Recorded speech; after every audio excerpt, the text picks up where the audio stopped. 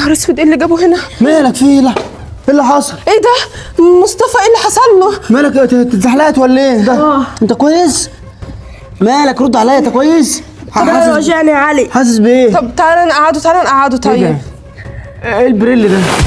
مش عارفه البريل ده جه منين؟ تلاقي حد كان بيمسح. حد مين؟ هو في غيرك كده مش تنضفه كويس؟ معلش ما انت خدتش كويس؟ بالي. حاسس بحاجه؟ ده وجعني. مش انا حسابي معاك انت بعدين. ايه طيب ما تخافش ما تخافش. يا نهار اسود، احسن يقفشني. انا هروح وراه. خير يا دكتور، طمنا بالله عليك. والله مش عارف اقول لحضرتك يا استاذ، بس الاشاعه بتبين ان في 4 فقرات راكبين فوق بعض. يا نهار اسود، 4؟ يعني هو كده يا دكتور هيبقى كويس ولا لا؟ خلاص خالص، كله بسببك انت. هو انا مالي يا علي؟ هو في ايه؟ انا اللي قلت له يقع يعني ولا ايه؟ يا جماعه مش وقت خناق، والمفروض دلوقتي يكون موجود في المستشفى لغايه لما نشوف باقي الاشاعات، هنشوف اذا كان يحتاج عمليه ولا لا. عمليه؟ يعني هو يا دكتور هيبقى كويس بعد العمليه ولا ايه اللي هيحصل؟ احنا هنعمل اللي علينا والباقي في ايد ربنا بعد اذنكم. عمليه؟ خلاص يا علي ما تقلقش، سيبها على الله وان شاء الله هيبقى كويس. على فكره مصطفى لو حصل له حاجه يبقى بسببك انت. انا مالي؟ هو انا اللي قلت له يقع ولا ايه؟ امال مين يعني اللي كب البريل ده؟ ولا البريل ده جه منين؟ ما انت لو بتاخد بالك وتنضفي ما كانش وقع ولا كان حصل له حاجه. خلاص انا مالي؟ طيب بريل كب مش مني اصلا، تلاقيه هو كان بيلعب ولا كان انت قاعده بيعمل. بتعملي ايه؟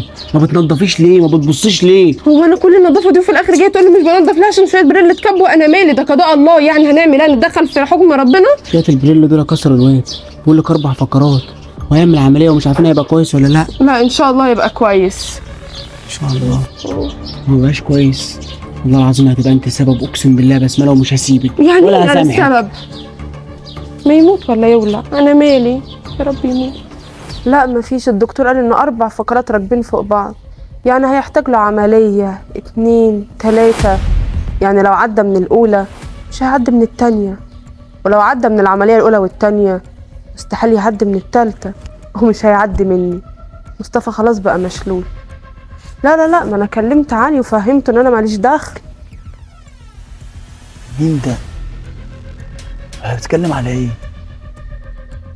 طب هي ليها علاقة بالموضوع ولا هي بتقول اي كلام وخلاص؟ تشيل الواد. رايح فين يا علي؟ يا الحمد لله على السلامه. رايح فين انت؟ رايح اوري بتاع الاشعه دي التحليل ده للدكتور.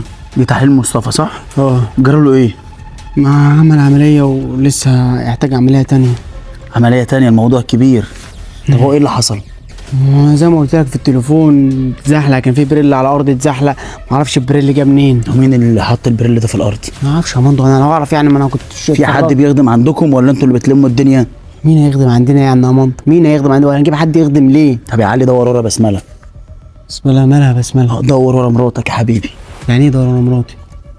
مش محتاجة اكتر من كده، ممكن تكون هي اللي عملت كده. يعني ايه يا عم هتعمل كده ليه يعني؟ ما بتحبوش يا سيدي ومش انت يا عم اللي بتحبهاش، انت ما بتصدق تلاقي حاجه عشان تصطاد فيها وتقول لي بسمله بسمله بسمله فيها يا مندو. هل انت بتعلي صوتك ليه؟ هو انت بس بتقول ايه؟ انت بتدافع عنها ليه؟ ابنك دلوقتي ممكن يتشل، صح ولا مش صح؟ المفروض تعرف مين اللي عمل فيه كده، مش تقول لي بسمله ومش بسمله وتحملها. تعمل كده ليه يعني هي؟ عشان ما بتحبوش. انت ولا ايه؟ مين قال لك ان انا ما بتحبوش؟ انت عارف وانا عارف ان هي ما بتحبوش.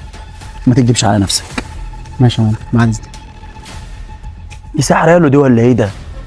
لا اله الا الله. لو علي ما حلش انا هحل.